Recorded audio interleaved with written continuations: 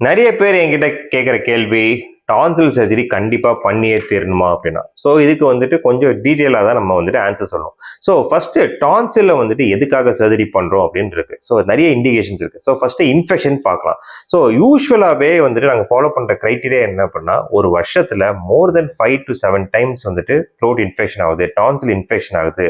நீங்க டாக்டர் கிட்ட போய் ஆன்டிபயோட்டிக்ஸ் போட்டா தான் சரியாகுது அப்படின்னா, கண்டிப்பா சர்ஜரி பண்றதா பெஸ்ட். ஏன்னா அதிகமா இன்ஃபெக்ஷன் ஆகும்போது உடம்புக்கு நல்லதில்ல, சாப்பிட்ற மெடிசின்ஸ்க்கும் அதனாலயும் உடம்புக்கு நல்லதில்லை. ஸோ ரெக்கரண்ட் இன்ஃபெக்ஷன், அதாவது more than 4-5 times per year வந்துட்டு த்ரோட் இன்ஃபெக்ஷன் ஆகுது அப்படின்னா கண்டிப்பாக டான்சிலுக்கு சர்ஜரி பண்ணுறது பெஸ்ட்டு.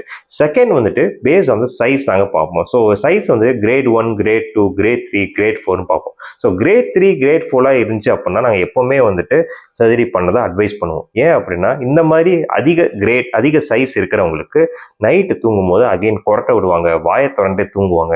இதனால நிறைய ப்ராப்ளம்ஸ் இருக்கும். ஸோ இந்த மாதிரி கண்டிஷன்ஸ்லாம் இருக்கும்போது நாங்கள் டான்சிலுக்கு சர்ஜரி பண்ணுறதா பெஸ்ட் அப்படின்னு நாங்கள் சொல்லுவோம்.